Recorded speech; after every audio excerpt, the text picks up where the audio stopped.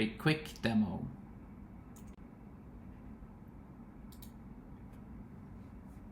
Here you can see I've created a on vacation group in Entra ID, which is currently empty.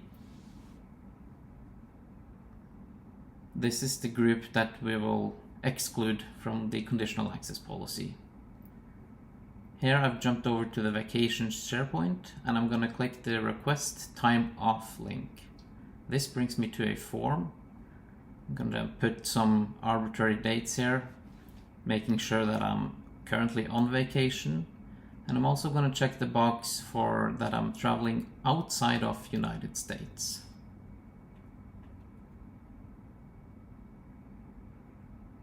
Back in SharePoint, managers will have a link called Manage Vacations that they can use. The default view will show pending approvals. Here you can see who requested it, when they requested it, and there's a button to make approval easy. In Power Automate, I've created a flow that will run once daily. I'll just trigger the flow here manually so we can see it work. But what this will do is check the SharePoint list, take whoever's on vacation, put them in the vacation group, and remove everyone else. So if I refresh on vacation, you can see that I'm a member and I will be excluded from conditional access policies.